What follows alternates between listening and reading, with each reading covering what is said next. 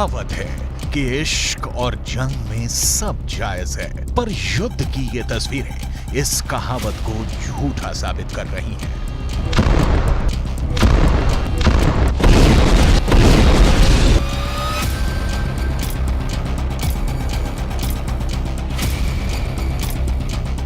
आशियाने खंडहर में बदल गए हैं।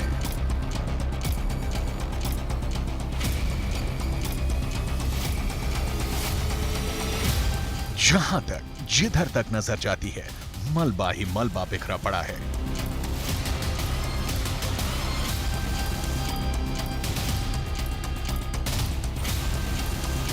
बमबारी और हमले के बाद की ये तस्वीरें लोगों का दर्द बयां कर रही हैं।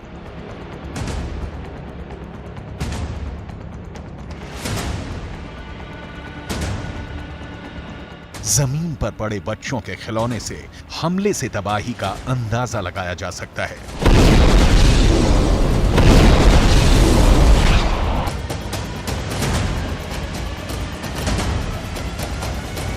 इमारतों की ढेर से निकलती ये लाशें युद्ध का मंजर बता रही हैं। ये तस्वीर कहीं और की नहीं बल्कि गाजा के शरणार्थी कैंप नुसैरात की है। इजरायल पर आरोप है कि उसने सेंट्रल गाजा के शरणार्थी कैंप पर हमला किया है, जिसमें 18 से ज्यादा लोगों की मौत हो गई है। हालांकि इजरायल ने इस पर कोई टिप्पणी नहीं की है। इजरायल ने गाजा पर यह हमला 23 दिसंबर की रात में किया।